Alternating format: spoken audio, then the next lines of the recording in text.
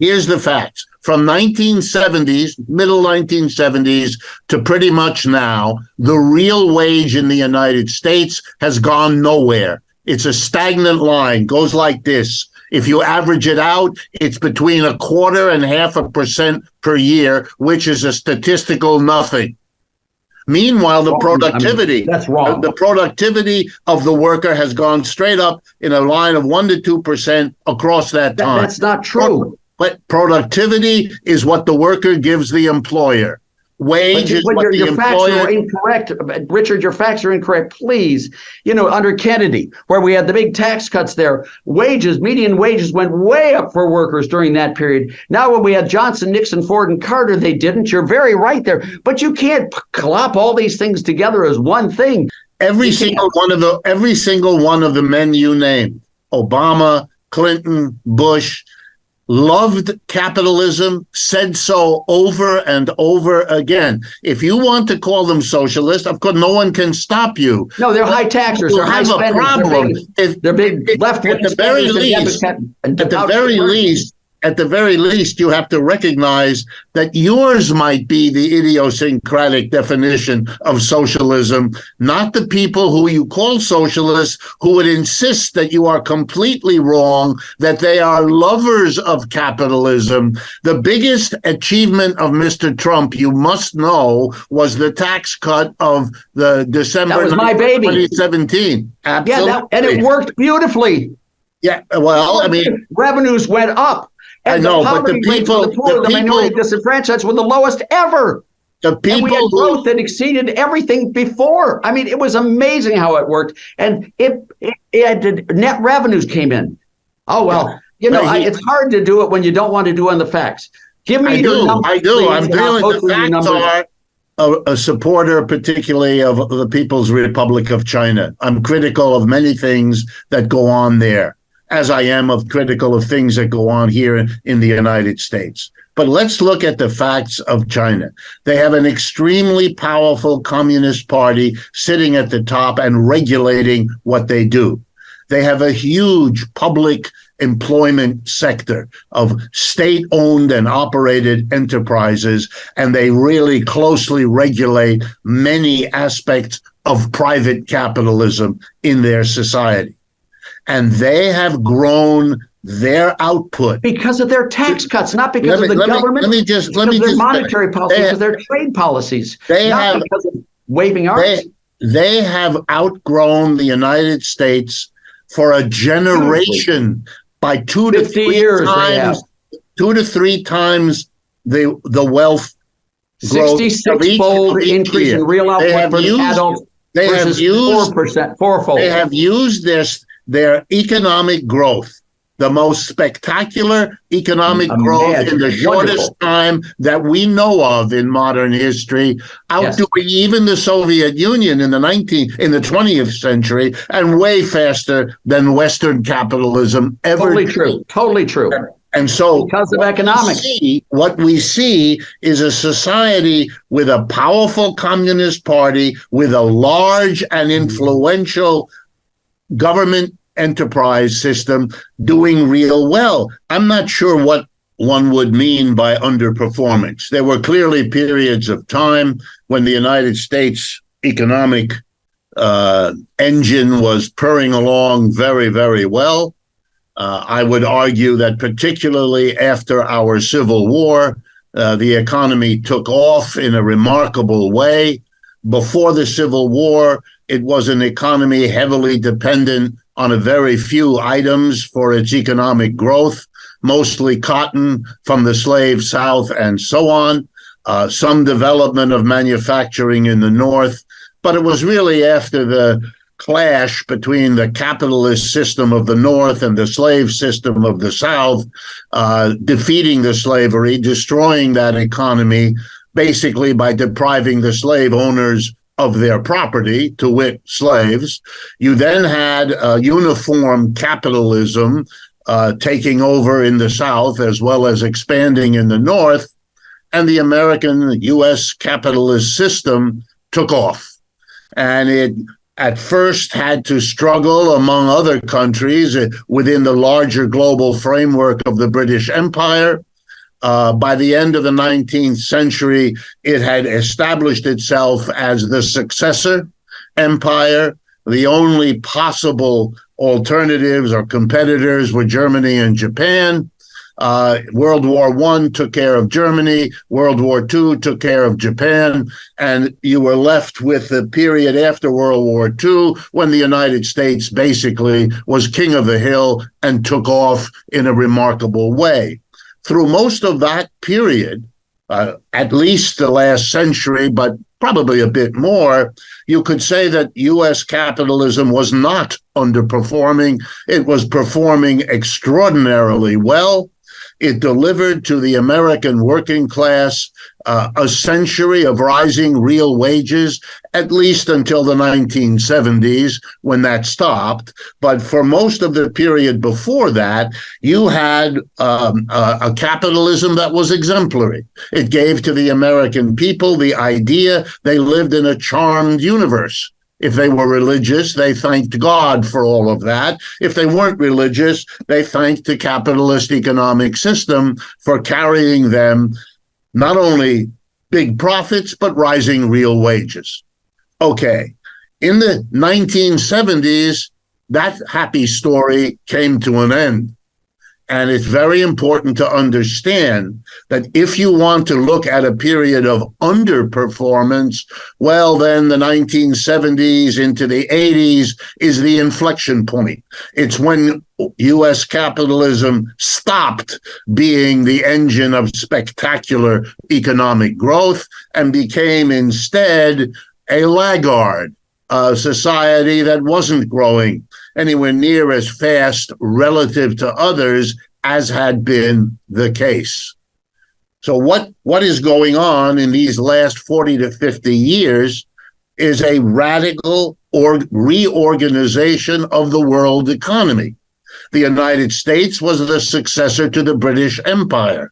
After World War II, it was the American Empire, no longer the British Empire. And Britain is a fantastic show for what happens when you lose your empire. Britain is now well along in returning to its original status of being a cold, wet, offshore island to the continent of Europe. And if the United States is not careful, it is going to reproduce that sad story. It is well underway already. What happened? Well, what happened very briefly is that the United States exported, because it was profitable to industry, much of its manufacturing sector. The last 50 years, the percentage of American workers in manufacturing has gone from 30% plus to 10% plus. I mean, a spectacular hollowing out of the manufacturing base of this economy. It likewise found much more profitable investment opportunities outside the United States than inside, and it took ample advantage of that, making the United States less of an attractive place in which to do business. The wages in the rest of the world were lower. The government regulations in many cases were fewer or could be purchased to be reduced. I won't say bribery because that's a bad word, but we all know, I hope, what I'm talking about. And then we had societies around the world, because the world is not governed by the United States, wasn't even back in the 70s. We have countries around the world eager to bring in the investment, eager to become the next phase of economic development, eager to enter into the growth period that the United States has to now look at as part of its past history. And most important among them is the People's Republic of China. Over the last 30 years, its GDP has grown 2 to 3 times more per year than that of the United States. That is an incredible record. This country, one of the poorest on earth in the middle of the 20th century, is contesting with the United States, as I speak, for the dominant position in the world. That's an unbelievable record of economic growth. I'm not arguing pro or con China. I'm talking about the factuality of what economic growth has achieved in a society that was the largest by population, that isn't particularly well versed in resources. Final point. I don't want to monopolize the time and take it away from my colleague, Art Laffer. China calls itself socialism with Chinese characteristics. It is one kind of socialism because it mixes together private enterprise, both Chinese and foreign, and government-owned and operated enterprise. That's one kind of socialism, powerful coordination from the top by a communist party. Scandinavia, West Germany, France, that's another kind of socialism. It's a private capitalism with heavy government intervention. Soviet Union, not with us anymore, was the government taking over most. Socialism used to be thought of as the government stepping in. But that's old socialism, and that's not where socialism is going now. Now the focus of socialism, partly out of a self-critique, is to change the organization of the producing unit, the enterprise, from a top-down hierarchical system to one based on democracy at the workplace, or what you might want to call worker co-ops. That, the argument of socialists now goes, is a better foundation to overcome the problems of capitalism than any other available alternative. Let me stop there. Well, let me try to underscore the difference here. I'm going to exaggerate, but I want to make the point. I don't find it terribly exciting anymore to debate whether the government's role is too large or too little. Partly that's because I don't see the government as an independent actor in this drama.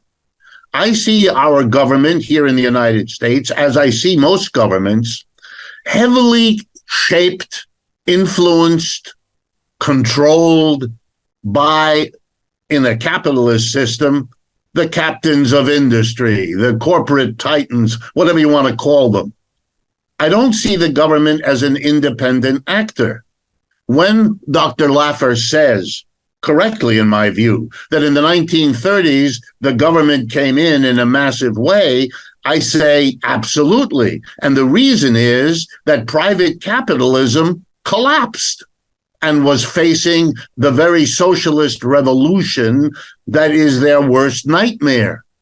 Because, remember, the 1930s isn't that many years later than 1917 when that revolution happened in Russia that frightened them all. And they were terrified. And they brought the government in to bail them out, which is what it did. Just like in 2008 and 9, when we had the so-called Great Recession, they brought in the government to bail them out.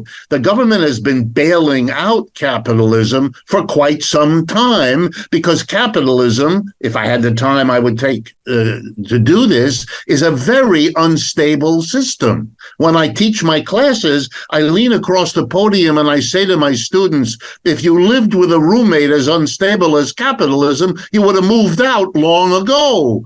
But you live with a capitalism from which, at least so far, you can't see an escape.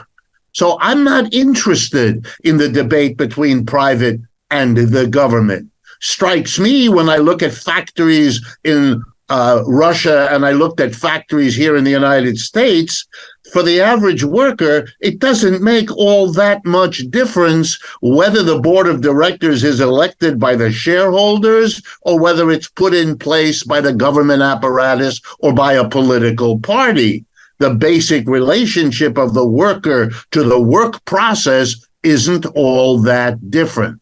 Therefore, for me, the way forward is to look at the problem that we have not faced, which is the way we organize the workplace. We give a tiny group of people, board of directors, major shareholders, owner-operator, an extraordinary power. These are not elected people. These are not democratically responsible people. They decide what the price of the product will be, what the technology is, what they will produce, and they decide what to do with the surplus produced by the army of employees who have to live with the result. My basic argument, and I believe the argument of socialism in the 21st century, will be that organization is the problem. And we have to be able and willing as a society to question that organization rather than to assume it's the best, the latest, the best human beings can do, and then argue about whether the government should do more or less. I'm not interested. I think that's a lower priority than this fundamental question, which we in capitalism have evaded for most of the history of the capitalist system. And last point, that's what the slaves and the slavery did, and that's what feudalism did. They argued over lots of questions, but they didn't question until it was too late the very relationship in production of master-slave, of lord and serf. Well, we ought to be questioning employer-employee. Has that system run out, stop being an engine of growth, and become the obstacle we have as a new generation to overcome? When systems are in decline is when you hear most often the lament that goes like this. Yeah, our system is in trouble. Yeah, our system has a lot of warts all over it. But it is, in the end, human nature. You can't break out of this. It's given by our physical existence. In the declining days of slavery, it was always heard, look, the human community divides into those who are masters and those who are slaves. If God didn't want you to be a slave, he wouldn't have made you that way. But if you're trying to undo slavery, then you, little puny human being, are undoing God's work. It's the desperate effort to hold on to a system versus to ask, and to really ask in an honest way, can't we do better? Isn't it possible to arrange the society to do better than it is now doing? And the end of slavery was a clash between those who believed it was written in the DNA of our species versus those who said we can do better. For a long time, the ones who thought it was in our species prevailed. But as we now know, the enemies of slavery who said you can do better did in the end prevail. We don't have massive slavery anymore. The same thing happened in what used to be called the Ancien Régime, the end of feudalism in Europe. We're just doing the capitalist phase now. We have the people who think it's built in, it's the best we can do, there can't be better, this is wonderful, let's celebrate it, versus those who say, yeah, it has achievements, slavery did too, and yeah, it has terrible faults, we can do better. Socialists, if they have anything in common with one another, is we can do better. And I believe that if you transform industry from the top-down hierarchy we think is somehow necessary, and by the way, public enterprises and private enterprises have that in common. They use how do we incentivize a business to not be hierarchical? Because Dr. Wolff, you mentioned this several times. The answer's simple. The answer's simple. Just ask people. Ask the mass of people in every enterprise, do you want to be told what to do from the minute you enter this enterprise? to the minute you exit? Do you want to be told what to do, where to sit, what machine to use, how to function with it? And at the end of the day, having poured your mind and body into producing something, you go home and somebody else decides what's going to be done with the fruits of your labor? Or would you rather have a democratic system where you have some say in all of that? Look, we know where people went 3 centuries ago. Capitalism came in by overthrowing the feudalism before. The mass of workers are now in the process of figuring out that capitalism has to go. That's the second part. My answer is where I think socialism is going. My answer is the problem starts, a crucial part of it, which we have not addressed, in the organization, as I said, of the enterprise. Let me simply sketch for you just do an imaginary effort with me, because the socialism I'm talking about doesn't exist. Not in Scandinavia, not in the Soviet Union, and not in the People's Republic. It's a new way of thinking about socialism. It's not against the government versus private. It's a new direction. Here it is.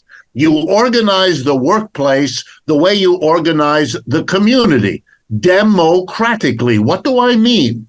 It's one person, one vote. We get together in the enterprise, the factory, the office, the store, and we decide collectively what we're going to do, what we're going to produce, what technology we're going to use, where we're going to carry out the production, and what we're going to do with the surplus, or if you like, the profits our enterprise generates. Here's what that will mean. Will we democratically give a few people at the top trillions of dollars while the rest of us don't have $1,000 to take care of an emergency? Answer, we're not going to do that.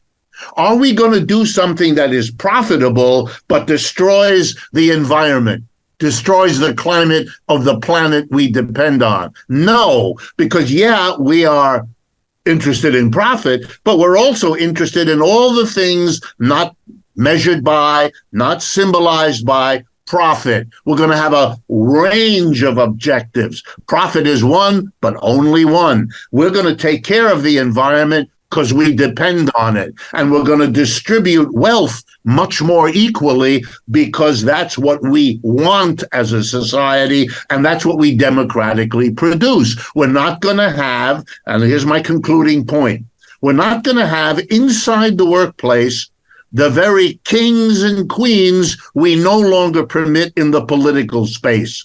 The monarchs we got rid of 4 centuries ago have cleverly come back. They're inside the enterprise where they're called the CEO, the CIO, the CFO. They're the people who aggregate to themselves the enormous bulk of the surplus we all help to produce. And if we democratically change that, if we make the worker co-op the basis of our enterprise system rather than the top-down hierarchical capitalist enterprise, I think we have a chance to deal with the kinds of social crises and inequalities we've been talking about, just as precisely as I can.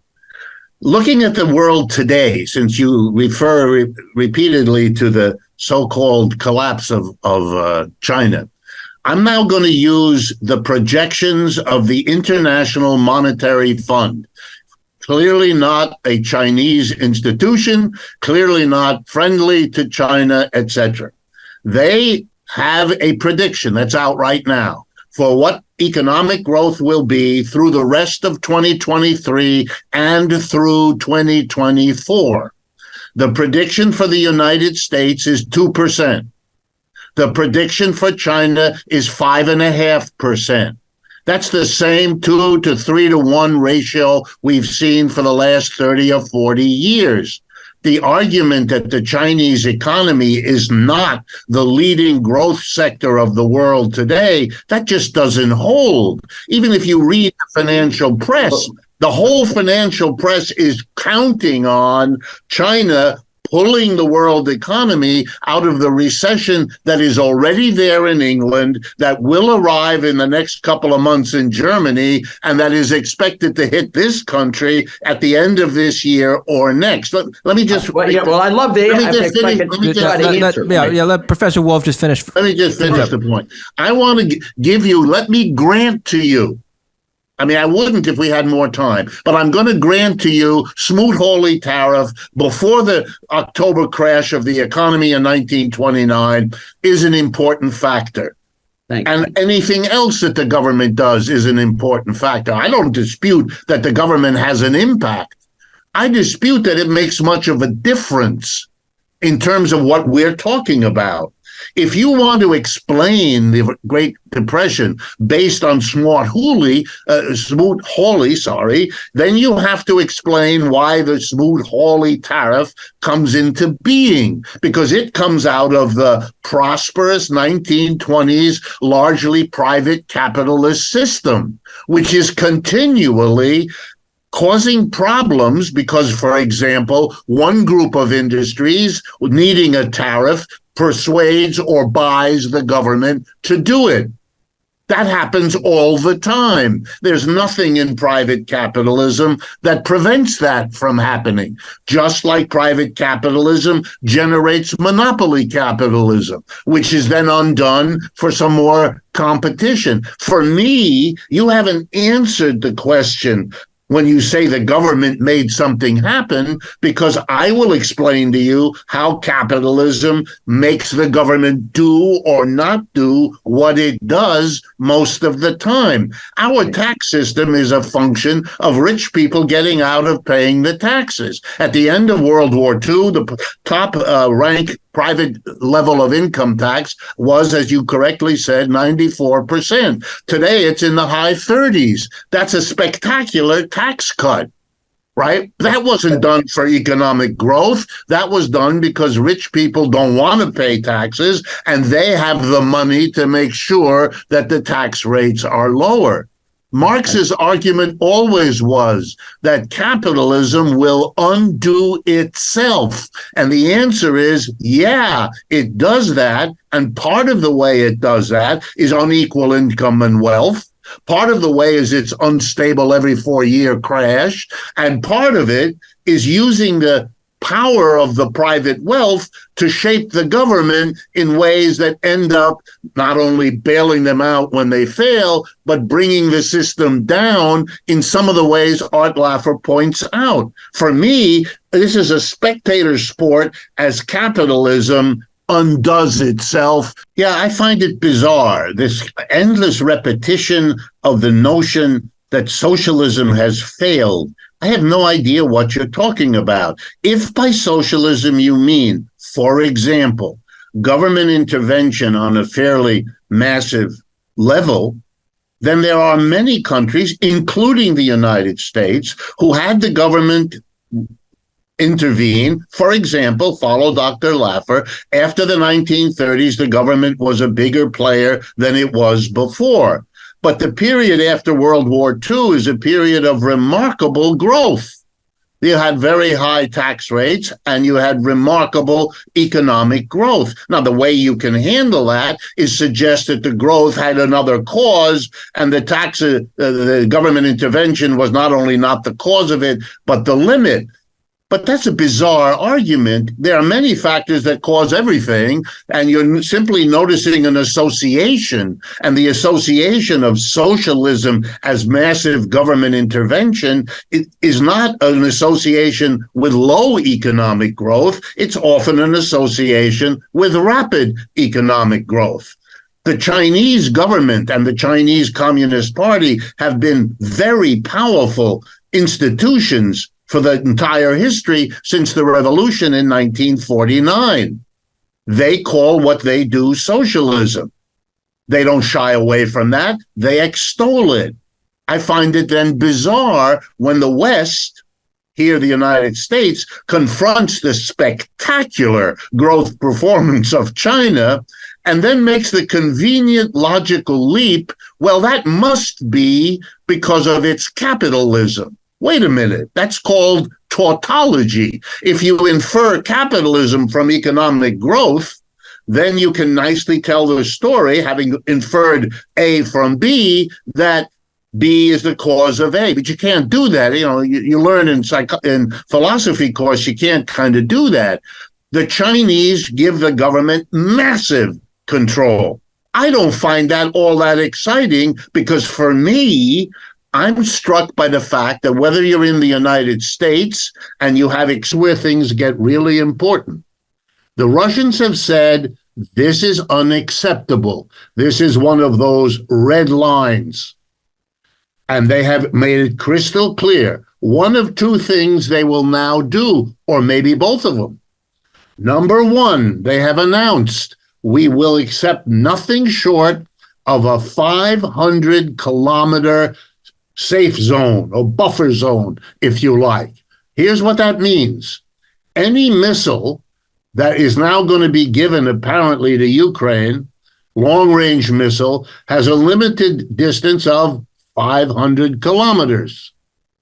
They don't want there to be missiles that are in a position to hit Russia.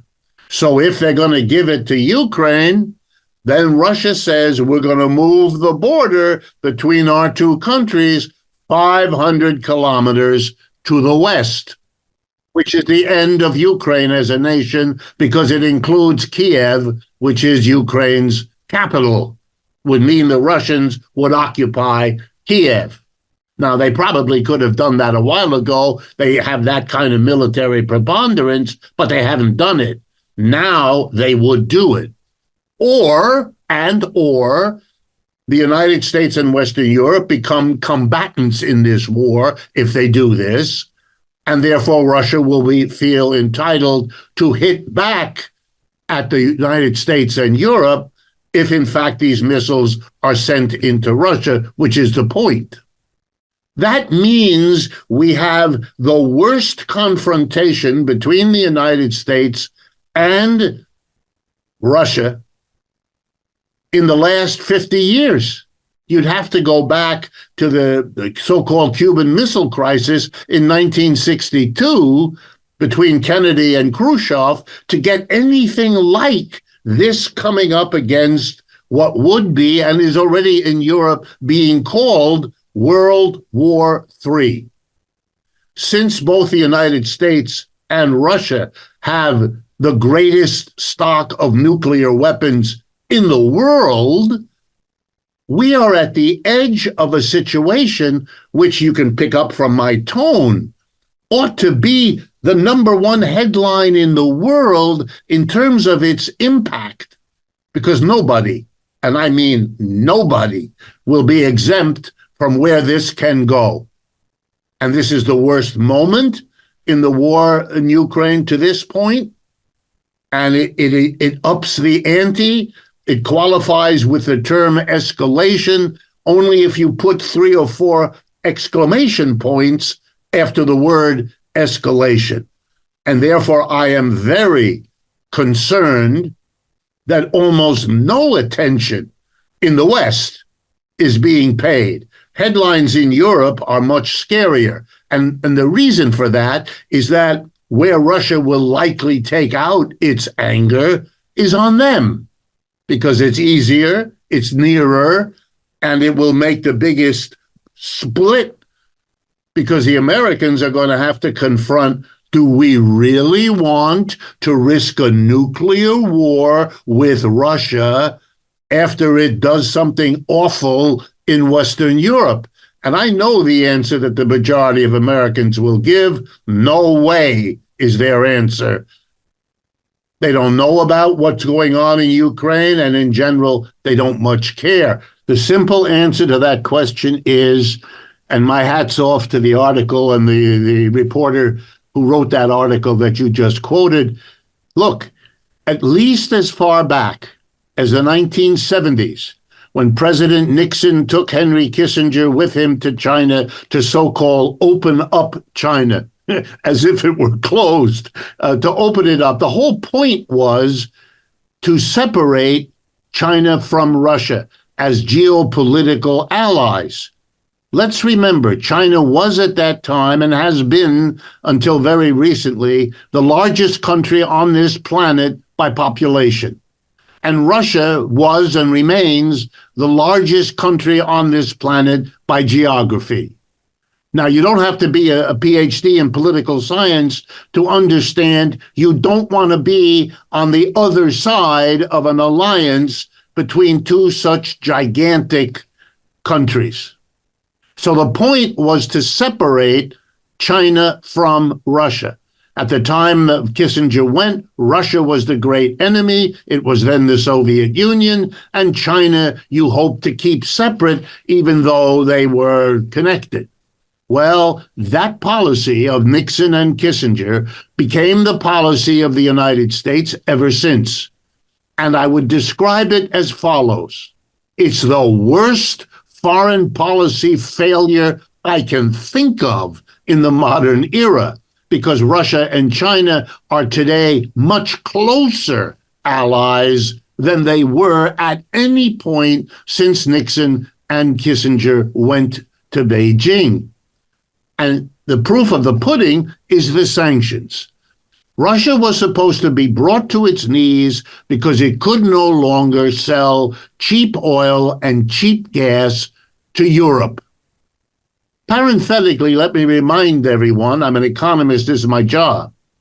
The reason that Europe was able to do as well as it did in the last half century, and the reason that the country that became the economic powerhouse of Europe was Germany, despite having been defeated in the war and despite having been split into East and West for most of that period, was because the Germans bought the bulk of the cheap energy Russia, Soviet Union, provided them. And with that cheap energy, they outcompeted everybody else. The British, the French, the Italians, everybody who could have contested with the Germans. And they became the exporting powerhouse that we know them to have been for most of the last half century. So the idea was, if the Germans stopped buying, if the Russians couldn't sell them, and hint, here's a clue as to why the Nord Stream pipeline was blown up. You interfere in that trade, you shut down the pipeline physically, and then with sanctions, the Germans stop buying oil and gas. This was to cripple Russia because it was known to depend on exports of energy, of oil and gas. Miscalculation. Why? Because there is in the world now a whole nother economic bloc, which is the fundamental fact that 90% of our discussions don't deal with. That's called the BRICS. Brazil, Russia, India, China, and South Africa, to which another 6 countries have joined in recent months. Okay, the Russians turned, and to make a long story short, sold their oil and gas to China and India, therefore frustrating the entire sanctions program. It was called the mother of all sanctions because it dwarfed all those others you listed a few minutes ago when you posed the question. And so this mother of all sanctions that was supposed to solve this whole problem, end the war quickly, was all a fundamental miscalculation because it doesn't understand, and here comes the punchline, that the dominance of the United States and its allies, the so-called G7, US, Canada, Japan, Britain, France, Italy, and Germany, they are no longer the dominant economic bloc, as they were for 60, 70 years. They now have a competitor who is bigger and richer than they are. If you put together the GDP, the gross domestic product of the G7, it is less, significantly less than the added up GDP of the BRICS. So everyone in the world right now, including the United States, although here it's done quietly, is readjusting to an altered world economy. There are now 2 poles of power and wealth, not one. And if you pretend otherwise, If you don't understand it, you will make miscalculations like the war in Ukraine has made. You'll make decisions about sanctions that are stupid. They're just stupid because the people in Washington, I know many of them, they're perfectly smart, but they have blinders on, don't want to face what I just said, how the world has changed and how it isn't going to go away anytime soon. By the way, the gap between the BRICS and the G7, they were roughly equal in 2020. Now the GDP added up, 29% of world GDP is in the G7. 33% is in BRICS. Bingo. BRICS is bigger, and the gap gets worse each year, including right now. So that's the reality that's changing everybody's behavior. My guess is it's the end game he's had all along. I am not privy to anything anybody else is, so I'm just guessing here. He wanted a buffer zone after the NATO moved across Eastern Europe, absorbing virtually everything from Poland, Estonia, Latvia, and Lithuania in the north to Bulgaria in the south. He wanted to draw the line at Ukraine, which was part of Russia before. And so he wanted the Donbass, that area, I don't know, 15, 20% of the easternmost part of Ukraine. That's what he wanted. That's what he said was his objective. And there's really nothing since then to suggest that there was anything else going on. The flurry of statements in Western Europe that he is an imperialist who wants to reestablish some sort of Russian empire, I understand why they say that, but there's no evidence to suggest anything of the sort. I agree with you that he would not want a nuclear war. Who in their right mind wants such a thing? The Russians have suffered, would suffer again. I might take issue with you about who can prevail in a non-nuclear confrontation, because it was the calculation of the West that if they provided limitless money and virtually limitless weaponry to Ukraine, they could reasonably engage Russia and win.